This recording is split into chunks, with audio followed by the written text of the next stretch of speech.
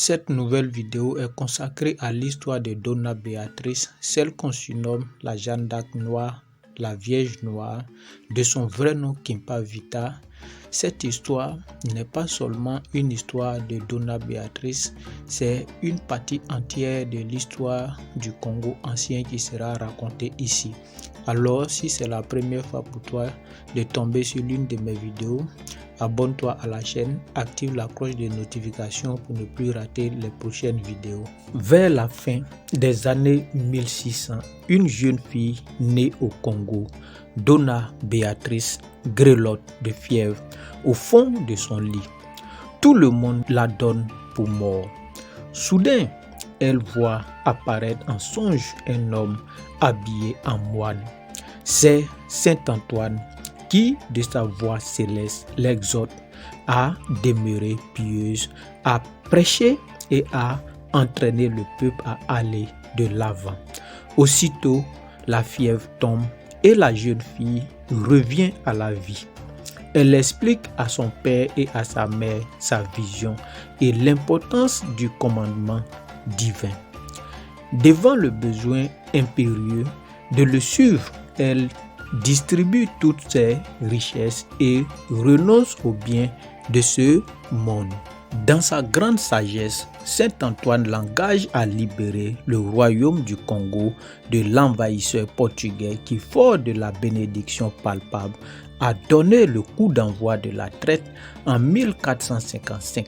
Il lui commande également de remettre le roi Pedro IV en fuite sur son trône à Sao Salvador et de soulager son peuple de la misère.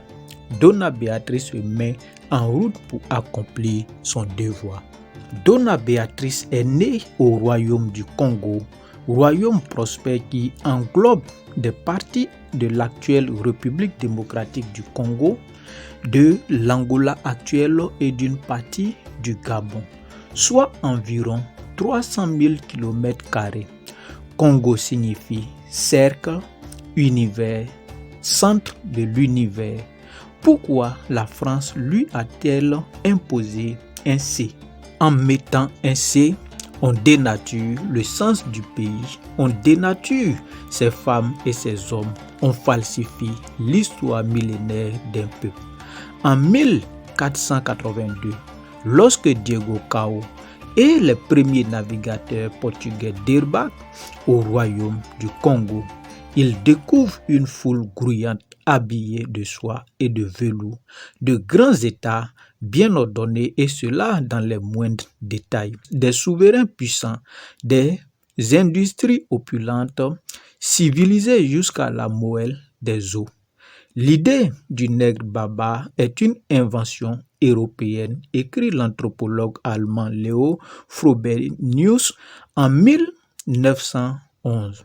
Ce pays, jadis l'un des plus puissants d'Afrique centrale grâce à sa maîtrise du fer, ses champs fertiles et ses terres contenant des morceaux d'or et de cuivre, vit actuellement dans la misère.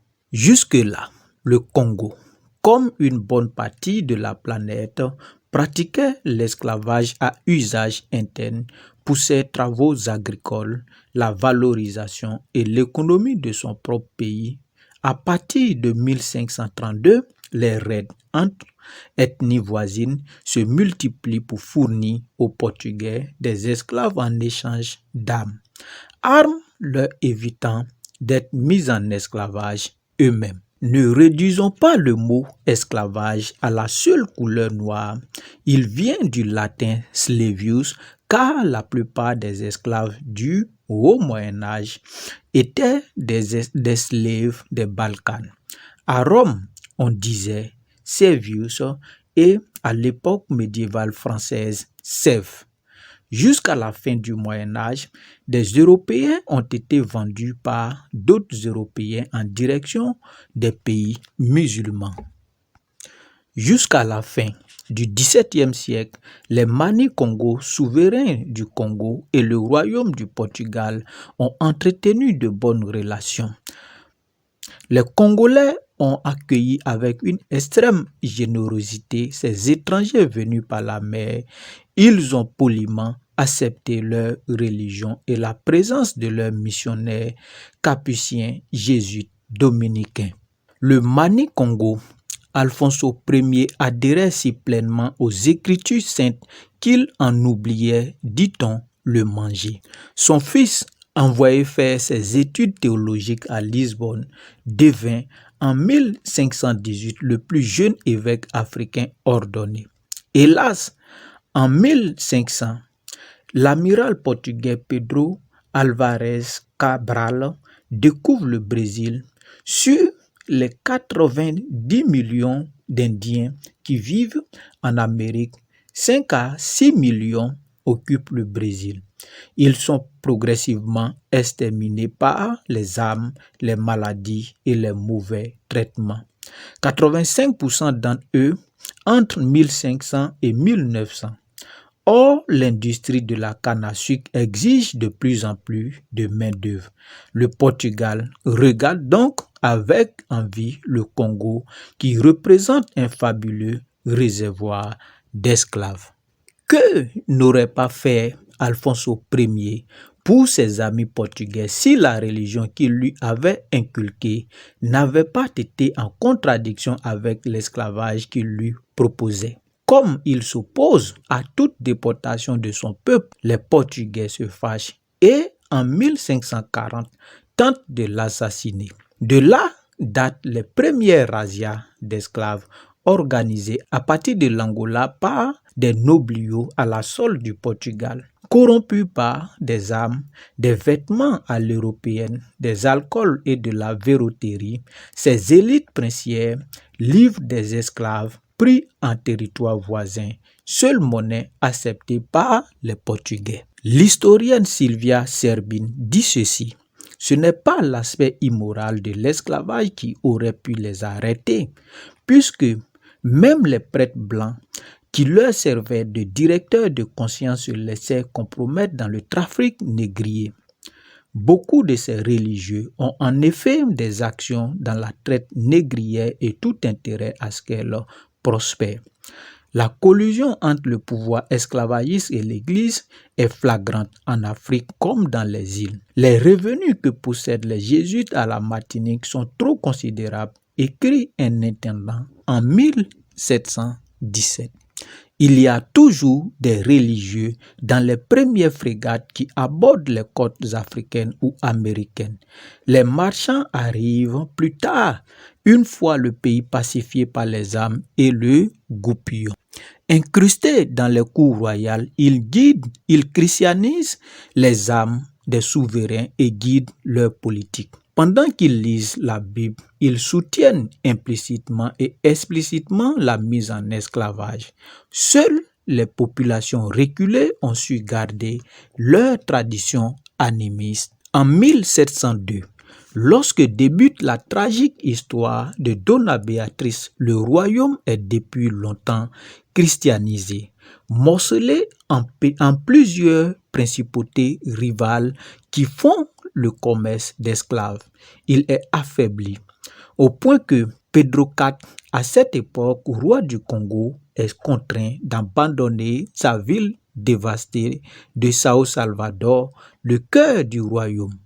Il se retire au nord sur le mont Kibangu, laissant derrière lui un peuple apeuré. Né dans une famille aristocratique du Mukongo sous le nom de Kimpavita, Dona Beatriz, de son nom de baptême, a reçu l'enseignement catholique dispensé aux nobles du Congo. Elle croit fermement, sincèrement, trop même, car sa foi en la parole libératrice du Christ ne tolère aucun mensonge et se retourne contre ses confesseurs qui ont oublié que cette même parole libérait les esclaves chrétiens de Rome. Les Saintes Écritures se métamorphoseront ainsi plus d'une fois pendant l'esclavage et la colonisation en instruments de résistance et de révolte. Dona Beatriz a 20 ans quand elle se rend compte que les Noirs ne sont pas traités en frères comme le veulent les Écritures. En 1704, elle crée le mouvement des Antoniens. Saint Antoine, dit-elle à ses adeptes, m'a dit qu'un nouveau royaume allait naître. Nous devons reconstruire la ville de Sao Salvador et y ramener le roi Pedro IV. Dieu veut que cette ville redevienne la Bethléem biblique. Elle mêle traditions africaines et enseignements catholiques. Le discours qu'elle tient à ses adeptes puis aux populations est simple. Nous sommes des enfants de Dieu et notre religion vaut la leur. Prenez les âmes de la foi. Soulevez-vous contre les missionnaires qui gangrènent votre pays, qui vénèrent l'argent du temple. Vous récitez le Salve Regina et vous ne savez même pas pourquoi, leur dit-elle. On vous demande de jeûner pendant le carême alors que vous êtes déjà épuisé par la disette. Si vous voulez être lavé de vos péchés, il suffit de vous exposer à la pluie. La confession ne sert à rien. Les bonnes œuvres sont vaines. Seule l'intention compte pour Dieu. Prenez, mes frères, autant de femmes que vous le désirez si telles sont vos coutumes. Elle entend créer une église africaine qui écartera les missionnaires portugais de l'entourage du roi. Elle revitalise les racines culturelles traditionnelles de son pays. Rapidement, le rite des Antoniens, mêlant animisme et catholicisme, rallie de plus en plus de monde. Donna Béatrice repent la bonne nouvelle. Bientôt, le Christ noir les délivrera du joug colonial. Elle exhorte le peuple à rejoindre Sao Salvador. Dans Sao Salvador repeuplé, les racines des arbres abattus se transformeront en or et en argent. Sous les relevés, nous découvrirons des mines de pierres précieuses et des métaux rares. À Sao Salvador, toutes les richesses que les Blancs nous ont ravies iront à ceux qui adhèrent à la foi véritable et contribuent à la renaissance du royaume. Des milliers de fidèles la suivent. On vient la voir de partout. Des mines se créent autour de ces miracles. Elle guérit les malades. Elle fait venir la pluie et reverdit les arbres desséchés. On dit aussi que tous les vendredis, elle se rend au ciel pour plaider la cause de son peuple.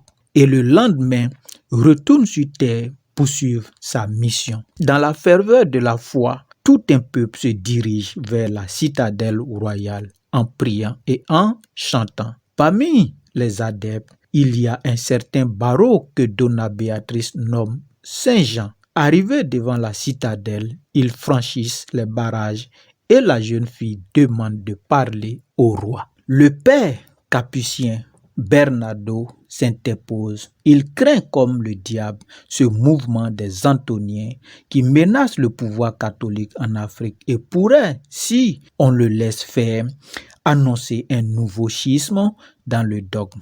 Il craint également l'effet du charisme de Donna Béatrice auprès du roi. Cette femme profère de dangereuses absurdités. Dit-il au roi, écoutez-la, la terre sainte est au Congo. Les véritables fondateurs de la religion catholique sont de la race noire. Jésus-Christ est né à Sao Salvador. Il a été baptisé à Soindi, que l'on appelle Nazareth. Jésus-Christ, la Madone et Saint François sont originaires du Congo. Tels sont les mensonges que le père capucin Bernardo raconte au roi pour l'empêcher d'écouter Donna Béatrice. Le culte de la Vierge Noire, auquel plusieurs centaines d'églises seront consacrées entre 1170 et 1270, causera pas mal d'ennuis aux instances catholiques, obligées d'expliquer leur noirceur par la fumée des sièges ou par les péchés des fidèles. Refusez cette hérésie. Faites que votre royaume devienne chrétien et votre puissance sera augmentée. Admoneste le moine Bernardo. Reprimez le mouvement antonien. En dépit de ces avertissements, le roi Pedro reçoit cette étrange femme. Il l'écoute. Séduit par sa foi et son message, elle lui propose l'unité du royaume, le renouveau. Pourtant, il tergiverse, prend la tête du grand renouveau que lui propose Béatrice. Retourner à Sao Salvador comporte de grands dangers. Le roi est un pleutre. Entre ses conseillers très catholiques et la Vierge du Congo, son cœur balance. Il hésite 2 longues années, durant lesquelles Donna Béatrice construit brillamment son église. Les petits Antoine parcourent le pays et convertissent les nobliaux à leur mouvement. Le nombre de ses partisans atteint maintenant des milliers. Pour les missionnaires, la situation est devenue intolérable. Le prestige de Donna Béatrice menace de plus en plus les intérêts marchands, sacrilège, pire encore que d'offenser Dieu. Par quels moyens réussissent-ils enfin à convaincre le faible Pedro IV de la dangerosité de Béatrice? Nul ne le sait, mais la répression qui s'ensuit est féroce, sanglante à la hauteur de la peur infligée à ces petits moines. Et c'est à ce moment que Béatrice disparaît brusquement. Certains s'imaginent qu'elle a fui, d'autres qu'elle est partie au ciel, rejoindre Saint-Antoine et qu'elle va ressusciter sous peu. En fait, la Vierge du Congo, la pucelle de Sao Salvador, n'en est pas moins femme et cache son ventre qui contient le fruit de son amour pour Barreau, dit Saint Jean. Les troupes portugaises finissent par la découvrir dans la brousse avec Barreau, son compagnon, et leur enfant qui vient de naître. Les missionnaires jubilent. Cet enfant est la preuve de son imposture. 200 ans auparavant, Jeanne d'Arc, en s'appelant la pucelle, signifiait qu'elle était envoyée de Dieu et non sorcière. Sa virginité symbolisait sa pureté physique et religieuse. Une aubaine pour les prêtres. Cet enfant de Donna Béatrice ne prouve-t-il pas qu'elle est impure, fille du serpent? Il la traite de menteuse, la brutalise et lui enjoigne d'abjurer publiquement ses erreurs. Donna Béatrice s'y refuse. Elle ajoute au sujet de son enfant: je ne peux nier que ce soit le mien, mais comment je l'ai eu, je ne le sais pas. Je dis simplement qu'il m'est venu du ciel et qu'il sera le sauveur de notre peuple. On l'a conduit enchaîné, son enfant dans les bras, devant le père Bernardo, le chef des Capucins, qui le soumet à la question. « Qui êtes-vous » lui demande-t-il. « Je suis Saint Antoine » répond-elle. « Je viens du ciel. Et quelle nouvelle apportez-vous de là-haut » lui demande-t-il ironique. « Dites-moi si au ciel il y a des Noirs du Congo et s'ils sont là-bas avec leur couleur noire. Au ciel, il y a des petits noirs baptisés ainsi que des adultes, mais ils n'ont pas la couleur du noir ni du blanc, parce qu'au ciel, il n'y a nulle couleur. » Le père Bernardo est scandalisé par cette réponse, sa révolte, ses prétentions au miracle, ses agissements qui s'opposent aux pratiques de la traite, et une telle réplique ont au fait de convaincre Donna Béatrice d'hérésie, disant que sous le faux nom de Saint Antoine, elle a trompé le peuple par ses hérésies et ses faussetés. En conséquence, le roi, son seigneur et le conseil royal la condamnent à mourir sur le bûcher, elle et son concubinaire qui se fait appeler Saint Jean. L'exécution est fixée au 2 juillet 1706.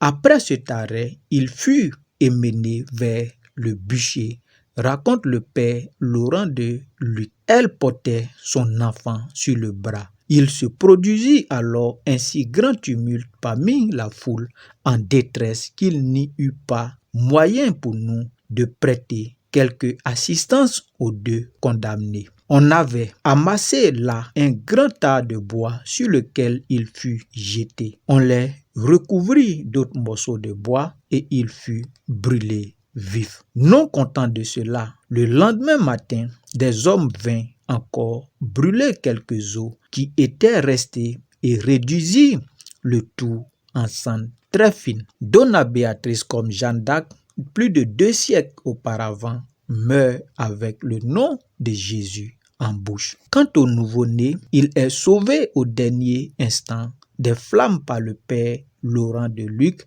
qui obtient sa grâce auprès du roi. Élevée par la population au rang de martyr malgré un procès en hérésie conduit de manière inique, elle est souvent qualifiée de Jeanne d'Arc du Congo ou de Jeanne d'Arc noire. Évidemment, ce sont les Occidentaux qui l'ont ainsi surnommée. La première réflexion que l'on peut faire, en tout cas tirée de cette comparaison entre Jeanne d'Arc et Béatrice, est que l'Église missionnaire de longue date et quel que soit le continent, s'est souvent rangée du côté des puissants. Fin de l'histoire.